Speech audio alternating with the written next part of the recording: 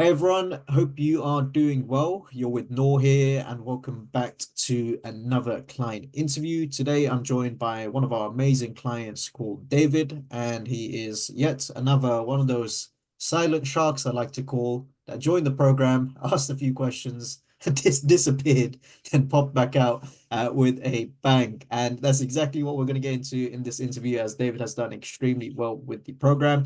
David, obviously, me and you know each other quite well, and we just spoke before this as well.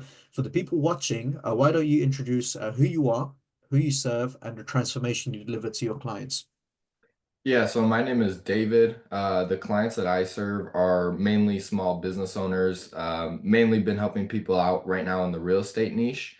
But what I help them do is get 0% funding for their business. So it's not in their personal name, it's actually business credit and business funding.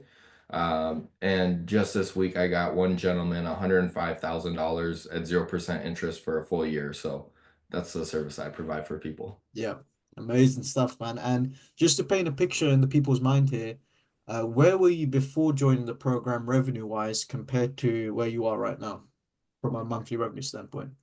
Yeah, so before joining the program, didn't even I hadn't even started the business, so $0 monthly recurring revenue. But now we're doing 45,000, and I think we still got a lot more in the tank. Yeah, 100%. I'm gonna label this part one and I'll try to get you on a part two after we're done. Yeah. So yeah, man, killer stuff. David, let's go back to day one. Why don't you talk to me about sort of what drove you to join the program to begin with and how you came up with the business and all that good stuff, man. Yeah, so I was actually in my job and I enjoyed my job at first, but I started to hate it after a while and I wanted something new that was going to be my own. I read a book. It's probably the most dangerous book. Be very careful if you're going to read it. It's called 10x is easier than 2x. And then I was like, when I got onto the call with, I can't remember the gentleman's name, but he was basically telling, he provided that certainty for me. He's like, bro, this is what you need. And the social proof was just all there. So I'm like, you gotta, if you're gonna 10x, you gotta do things that aren't typical of, what other people would do to get that result. Yeah, amazing stuff. And you go on with Louis from what I can see. So Louis is Yeah, gonna Louis. have Yeah, stuff yeah, to do Louis with is another what it was. man. Yeah. Sweet, great stuff. So yeah, you were in a job. Then you obviously started a business. What were like what was the timeline like? Did you have a go at the business prior to joining us, or like, did you join us and then you formulated the business? What was the situation like?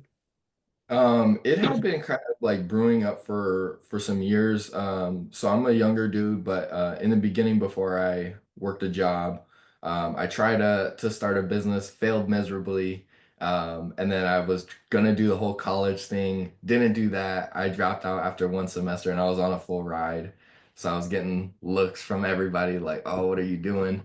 And then got a W-2 job, was making six figures a year. But I was just like, this ain't for me for the long term. I knew I was an entrepreneur at heart and I could do much more by myself. So what it was though, like over many months, it was like a bunch of internal confliction, like, I want to start this business, but I got this nice cushy job. Mhm. But I really wanted to push myself. And I knew that I did have the skill set to be able to deliver the results because I did it for myself. And then I actually, one of my workmates, basically used him as a guinea pig. I was like, bro, I want to start this. I want to try this service for you. It worked out great. He got like 80K at 0%. So I was like, oh yeah, I can provide this as a service. Yeah, sick. Shout out to your friend, man. Just Yeah, he's a first dope major dude. case study. There we go. So yeah, David, talk to me about like before you joined the program, man. Like obviously you had this business idea and you're getting the ball rolling. What were some of the key issues and problems that you were facing, which pretty much drove you to book a call with us? I think like everybody, you go on YouTube, you're trying to find things, but the information is so scattered Hmm. and you can get easily so distracted and without that focus. And when I was speaking with Louis, and just seeing the results that obviously Charlie's gotten and with all the other clients, it's like I saw the value in the assimilated things all being in one place. And so I was like, well, if I invest into myself, I know that I can at least pay this program back and make my money back. But I've more than almost 10x my money back in a matter of just a couple months, and this month they will probably be more than 10x. Yeah, 100%, man. And you mentioned how like with YouTube, information is scattered, which is perfectly true because there's always especially when it comes to online programs, the typical objection that a lot of people have, especially the naysayers that say courses are a scam or whatever it is, you can just get on YouTube. The Hmm. issue is it's a cross-contamination of information. Like one person says do this, then another person says do that, and one video on fulfillment is here, one video on offers is here. How did Yeah. you sort of find that from your experience, David, trying to make it work on like YouTube and just free resources instead of like having it all under one umbrella? Yeah, it's like I always think about it. Well, one, I wasn't afraid to invest into myself. And the second was like there is so much value in having all of that knowledge and one system under one roof with an actual focus, rather than just trying to be, because like theoretically, you can do that and you can go on YouTube, but you're probably going to make many, if not way more mistakes just because of all the cross-contamination, um, than somebody who has put it all together for you in one neat package. So, like, I think of it as like when you get into a program and it's good, like, obviously this one, you're condensing that time frame. And for me, time is very important. So I valued that more than the money that I had in my pocket. And I think any successful entrepreneur learns to do that as well. Yeah, 100%, man. And when you were going through like before joining the program, these free materials on YouTube and whatnot, were you able to like generate any appointments for the business, get things going, or was it a bit of a uphill battle? No, I hadn't even I think before joining the program, there wasn't much commitment. Like I had tried things, but I hadn't narrowed my focus into one niche. So I was trying to solve too many problems for too many people, and so I was valuable to no one. Yeah. Uh, and so the program really, I think it like it's all great, but the big thing for me was like that focus on one niche, solve one problem without the operational drag, and that's when it really started to click for me. Yeah. Great stuff, man. And when you did join the program, David, talk to me about like day one in terms of how you approached things from just setting up the offer, like as you alluded to there, figuring out the niche, the solution and whatnot, to setting up the appointment setting systems and whatnot. It'd be great to get like your perspective on the timeline of things from when you first joined the program and how you approach things to get to where you are today. Yeah, so I think the context is important. So I was probably working like 10, 11, 12 hours a day in my W-2, but I knew that this was going to be the next step. So what I would do is after work, I would just like lock in on some videos for a couple hours, and the resources make it really easy to get crystal clear on your offer. And you can see the acquisition.com hat, so I'm a big Hormozy fan, and there's a lot of good things that like I can tell that are in the program from like the stuff that Hormozy has put out, that it just like puts it like do this, and you got an amazing offer, a grand slam offer. Mhm. And I was like, dang, that's valuable. Yeah, 100%, man. And when you got the offer verified and whatnot, not verified, but audited and approved and whatnot, how did you go about setting up the relevant outbound systems? Which one worked for you in particular and getting appointments through the door, getting clients, etc., etc.? Yeah, so initially I was going to go with DM Sorcery, Hmm. but I actually was then looking. I didn't like how a lot of the Instagram things had it set up, so I was looking at maybe different what avenue to do it. What I figured out was I could do like DM Sorcery in the context of like SMS. Yeah. and it was working super well. And I remember that first month, like I just that was the only system I ran. I got like a 10% appointment booking rate, and Nice. yeah, this month it was like 9%. So I'm like, yeah, it worked out Yeah. great. Yeah. Touching on that, David, it's funny you say that because we obviously don't teach DM sorcery from an SMS standpoint, but what we do teach, and you'll know this for acquisition genesis, is basically the ability to think for yourself. So when you're looking at the strategies, metrics, and whatnot, you're not tied down to what's in the program. It seems like Right. you've genuinely applied that way. You looked at DM Sorcery and thought, you know what, for my market, I can probably apply the same frameworks and principles in SMS, even though it's not covered here, it'll probably work. So I love Yeah. to just unpack that thought process because a lot of people, the way they tend to learn is that they think they need to follow it this way and do that and do that. But then that's why we have acquisition genesis for situations like this where you don't have to follow it word for word. You can think for yourself and apply a new strategy. So I'd love to like hear your thought process behind that. Yeah, I love the perspective that the program takes in terms of its very principle approach. And like the stimuli. So I come from a background where I played sports, and every summer I go out and I train with NFL players and I help them get ready for their seasons. And the NFL coach that I specifically train with, he takes a principle approach to the training method, and it's all about stimuli. It's not about doing some repetitive task like a cone drill or running here and then running there. No, you're thinking for yourself and you're actually perceiving and acting. And he has this quote. He says, "You should perceive to act and act to perceive." So I felt like I took those principles and with the principles in Easy Grow to be able to like you said, think for myself. Like Yeah. I see these things. Oh, actually, I think I can put this over here, and it's working great. Yeah. That's like the perfect example of why acquisition genesis was made because we found that, and I'm sure you'd agree, like the market's constantly evolving regardless of what market you're in. Some Yeah, scripts are going to go out of fashion, some strategies are going to go out of fashion. But if you have the frameworks and understanding of things in place like you do, you can come up with things on the spot where it's like, oh, I'm just going to do SMS and I'm just going to tailor the strategy here. So there's a lot of people, for example, that probably watch this. They're looking for the magic pill when it comes to the magic script, the magic outreach method, and whatnot. If you don't understand the nuances behind them, once that dies out, you're done.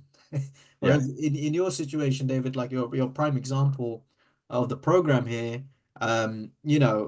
like we don't even teach the SMSDM sorcery. I'm gonna ask you about it when this call's done probably to see if we can get a module out of you.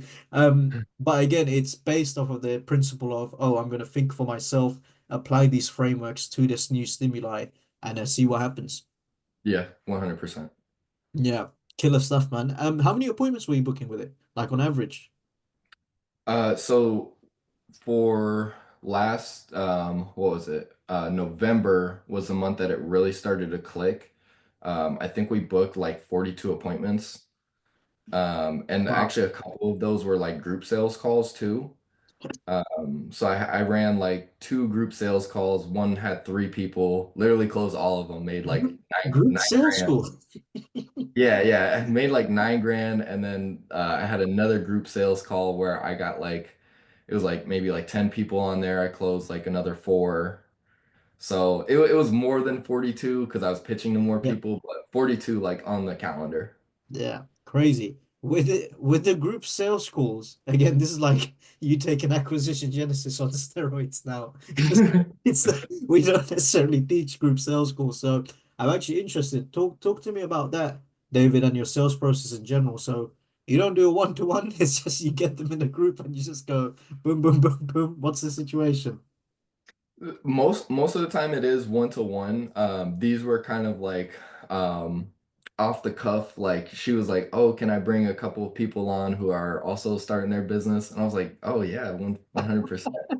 So I was like scrambling. But again, like we're talking about, I took principles from previous things I learned and applied them with the principles in Easy Grow. Like what I previously had learned, I used to watch like a lot of Russell Brunson, Yeah. got into Dan Kennedy stuff.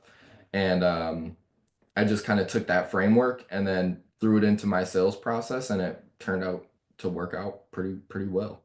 Yeah, crazy. Group sales score. That's Yeah, how, like it's a little different because you almost plant the objections throughout the pitch just so you can knock them down before they even come up. And then since it was a smaller group, I was still able to like answer questions at the end and everything. And yeah. then once one person did it, the other two were like, "Yeah, let's do it."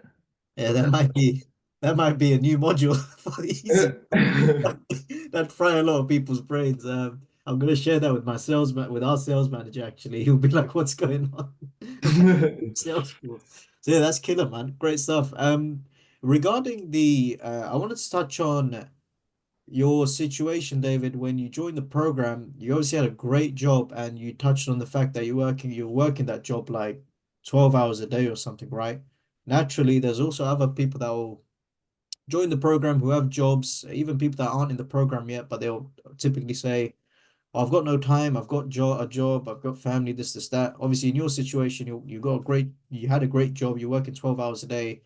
Um, how did you sort of balance working that job and going through the program and making it work to get to like where you are now? Yeah, so in the beginning, it was mainly for me to get through like the acquisition genesis, and I had already just basically built up my cash reserves. So I had plenty of time to where I saw that, hey, if I don't make any money for a year or 2 years, like I'm completely all right. So for me, I just jumped in. I was like, what's the worst that's gonna happen? Like I just go back and get another job because I was in sales and I was pretty good at it. So I know I can sell anything. So for me, the risk was it was more risky for me to not go all in than to kind of be 1 foot in, 1 foot out. Yeah, for sure. And for people that are sort of thinking about going all in, like what difference did it make for you taking that leap to go all in versus trying to balance things? It's like night and day. If you can focus on one thing for all your day, and then you're pitching a couple $1,000 offer or whatever, like think about it logically. Most people you only need one, two, three sales, and you're already back at what you're making in your W-2 job. But the great thing is you can do way more than that. But it's like that initial shock to take the risk. Like you just got to jump out of the plane, bro. Yeah. It's scary, but yeah, once it's done, it's done. We had another client like that actually where his name's Joe. Shout out to Joe Parks if he somehow watches this. But yeah, he was in a good spot. I think he was like making like 5K a month. He took the leap, he left his job, then he managed to scale to 50K a month. And then he said the same thing as you, where it's like it was a shock, it was scary, but man, it was like he was working on site as well. It wasn't remote work. He had to leave his house, get to the office or whatever. And then the difference was night and day. So it's great to see that it was the same for you as well. David, talk to me about what do you call it? The fulfillment for your service, man. How does that look like in terms of right? You got a client on board now. What do you actually do to deliver the service for them? Yeah, so for me, I basically just built out a pipeline for each stage that I need to walk them through to be able to get them the result.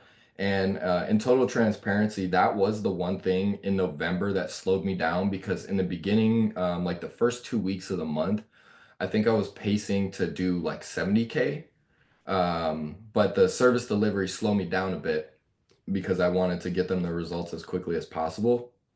So going forward, that's the next thing that I'm really honing in on is bringing on a team or thinking about how I can actually maybe adjust the service delivery so it's less burdensome with the operations, Yeah, just so I can push more people through.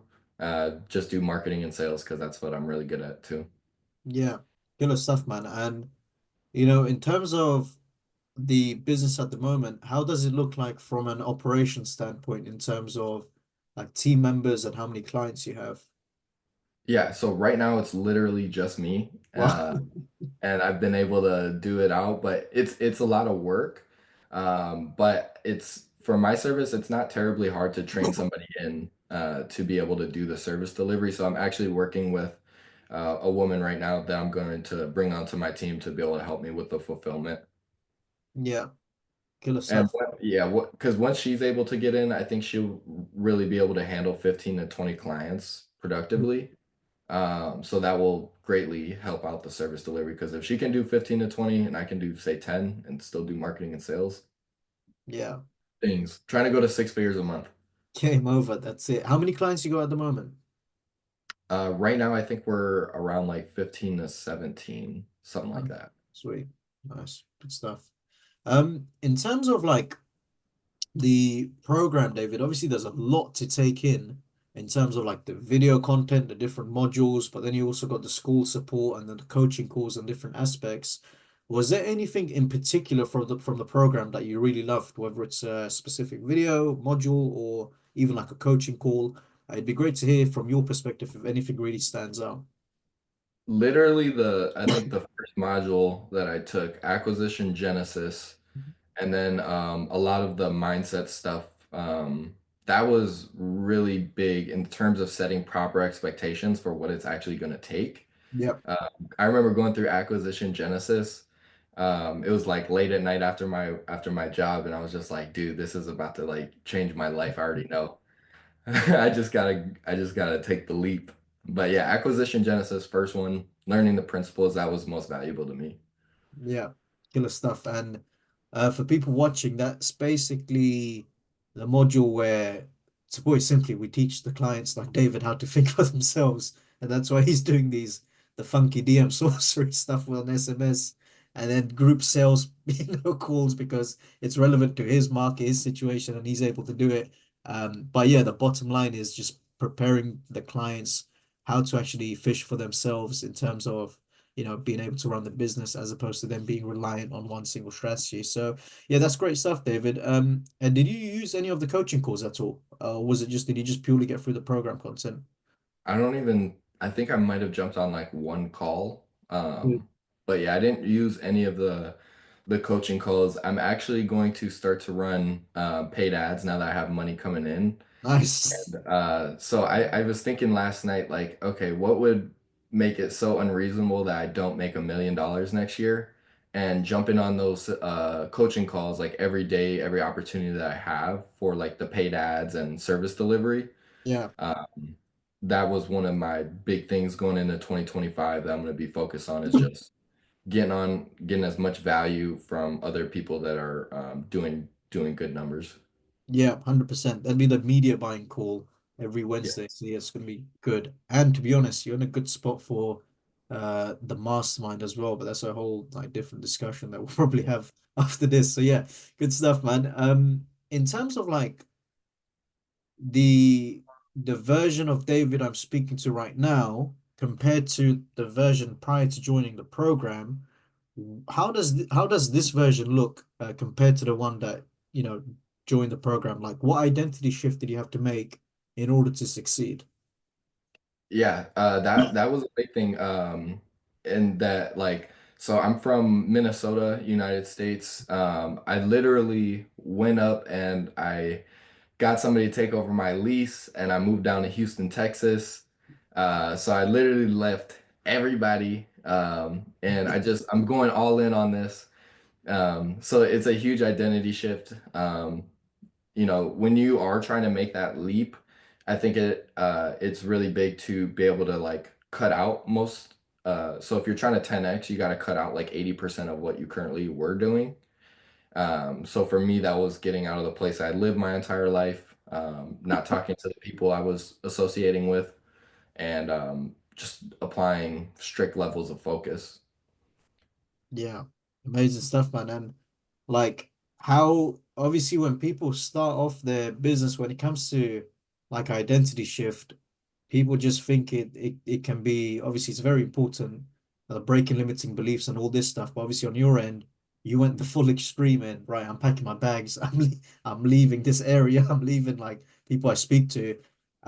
How helpful was that in achieving your success? Because naturally, people watching this right now they will evolve into a new identity, but they're still holding on to those things like the same environment, the same type of friends. You obviously didn't. You went full send. Like, how important was that for you? Oh, it was probably the most important thing when you're like switching identities.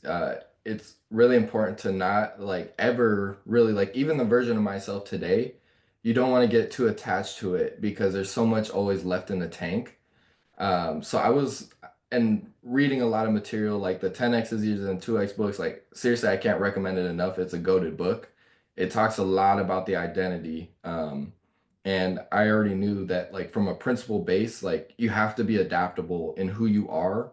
If if what you're doing now isn't going to get you to where you're at, or it's going to be like Charlie talks about it, like those incremental. Yep. No, I want to go like from here to like up here in a short period of time. So you got to do things that are a little bit more unconventional and be okay with, the uncomfortableness of it.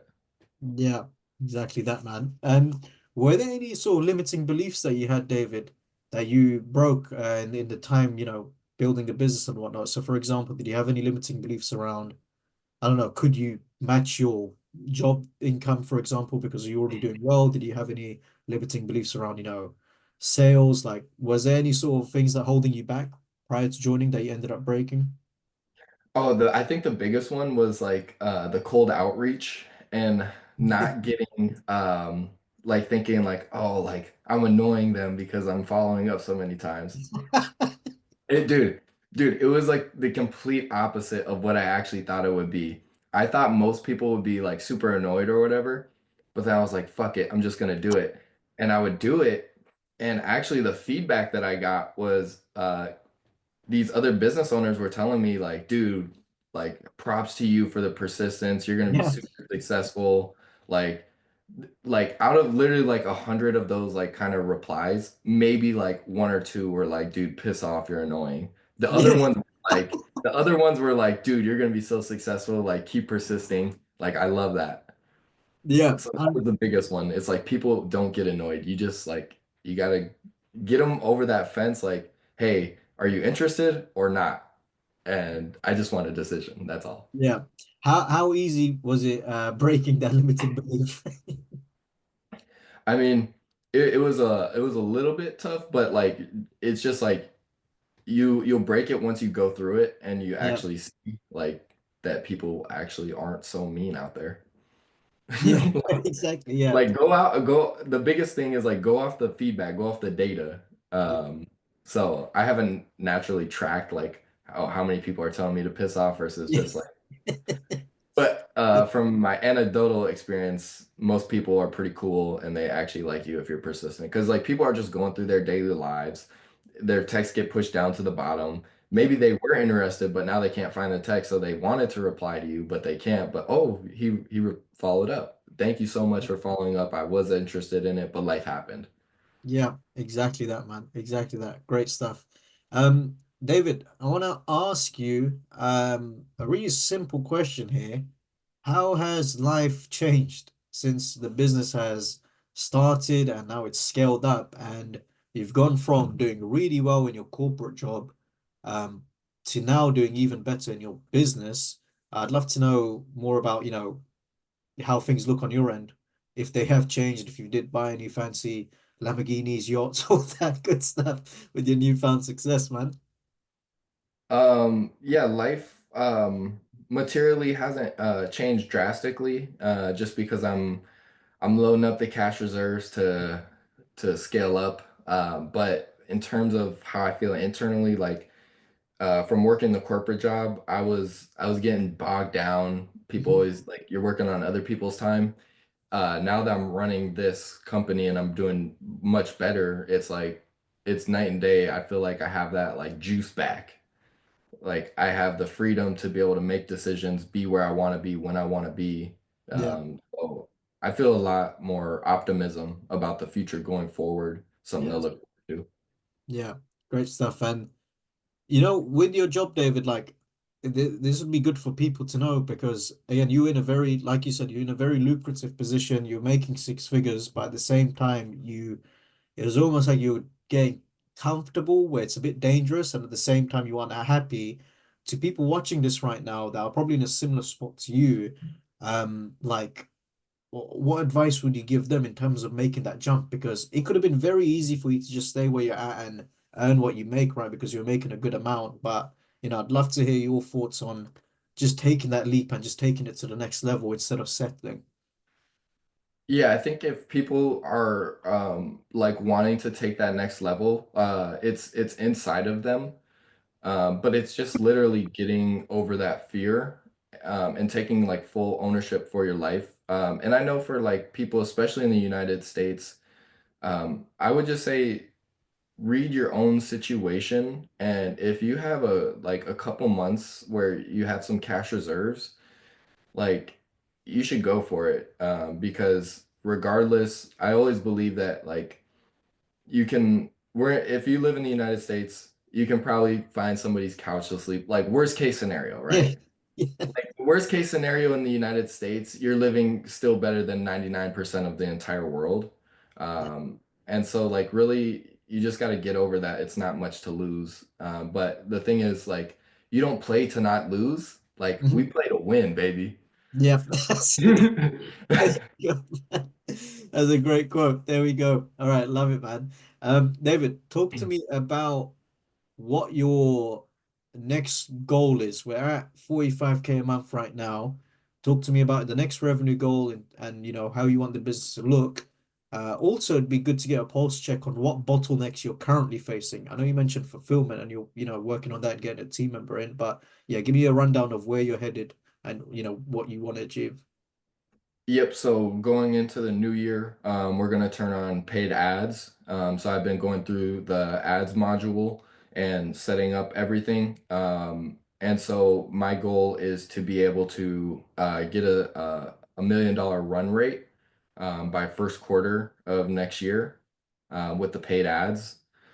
Um, and so the bottleneck I see mainly is going to be the fulfillment, because I don't think I have any problem with the sales aspect. It's just going to be, can I keep up with the fulfillment? Yeah, sweet. Love it, man. I'm gonna hold you to that run rate and I'm gonna follow up with you in March to see where you're at, man. So yeah, great stuff.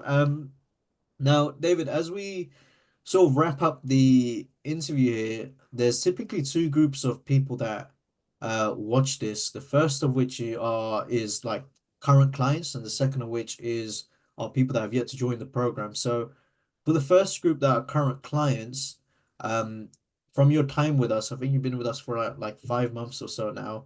What would you say to current clients in the program in terms of your best pieces of advice to succeed? Best piece of advice to succeed is like have focus.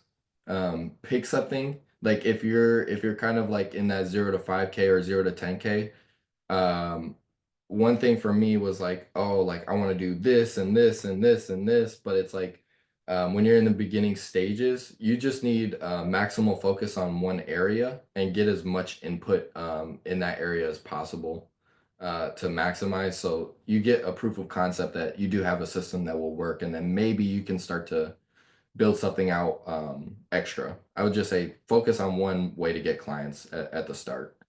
Yeah, Don't try to nice do and too simple. much. Yeah, nice and simple, and it's crazy because sometimes, not even sometimes, all the time, less is more. If you Yeah. just do anything and everything, it's crazy. It's like with you, David. When you came to the program, it was just you only done DM sorcery, right? Or am I mistaken? Did you do anything else, or like? I had been warming up my cold email accounts. Okay, 'Cause that was somebody I'm gonna bring on another team member to just run my Loom system yeah. once I get that proof of concept. But yeah, it's just been DM sorcery. There you go. Yeah. So it's like the main thing, just not one thing that was needed, and that's it. Just keep it nice and simple. So yeah, Yeah. good stuff, man. And to people that have yet to join the program, maybe they had a sales call, maybe they want to think about it, maybe they haven't even had a sales call and they've just stumbled across this interview. What would you say to those people that haven't joined the program? From your experience working with us, almost like you're selling yourself before you join the program. Yeah, I would say like people get caught up in like the price. Guys, I would just say the value is 100% there. It's actually probably 10x. Like they should be charging a lot more. It's like if you got a Lamborghini that you can buy for 10 grand and you're thinking, oh, I don't have 10 grand right now, I bet you could find a way to get 10 grand because the value far exceeds what the price is.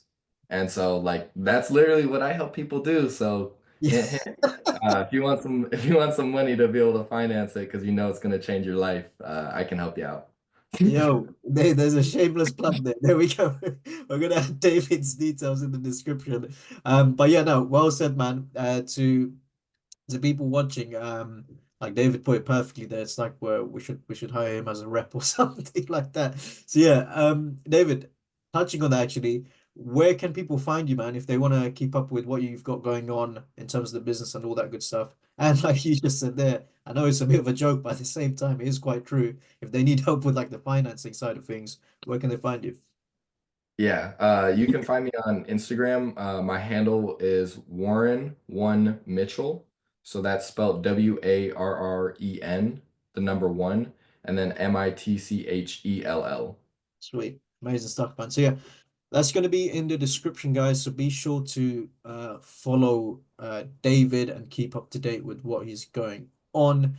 And yeah, he could probably give you some finance magic as well if you need that. So yeah, killer stuff. But yeah, that's pretty much it for the interview, guys. I hope you found this one valuable. Like I said to David, I'm going to mark this as part one, and I'm going to get a part two in as long as he's not too busy for me in the coming months. I'm going to try and stay on him. But yeah, hopefully you found this one valuable. I'm going to do my famous outro, which if for many of you watching this right now, you're probably going to click off the video as you're sick of hearing it. But David, this will be the first time for you. So, welcome to the outro here. But if you're watching this video and, or this interview and you are someone that wants a get rich quick scheme, a magic pill, all that good stuff, and, you've been indoctrinated by social media with people wearing the crazy Rolexes, the Ferraris, the Lamborghinis, the yachts, and all that good stuff, and they tell you that it's easy and you can have it overnight. This program is not for you, okay? This is not a magic pill. It's not something that you can take and the next day you're going to be rich and famous and going to have all the cars and whatnot. This program requires hard work and dedication, and it requires time. And if you're someone like David, for example, I can tell you firsthand, he can correct me if I'm wrong. He did not join the program and he did not see the money he's seen one day later. He put in a lot of work alongside his job and even after leaving his job to get to where he is today. So in short, if you want a get rich quick scheme where you can take a magic pill and you can have all the millions one day later, that's not us, unfortunately. If you do find that, please let me know. I'd love to take that pill myself.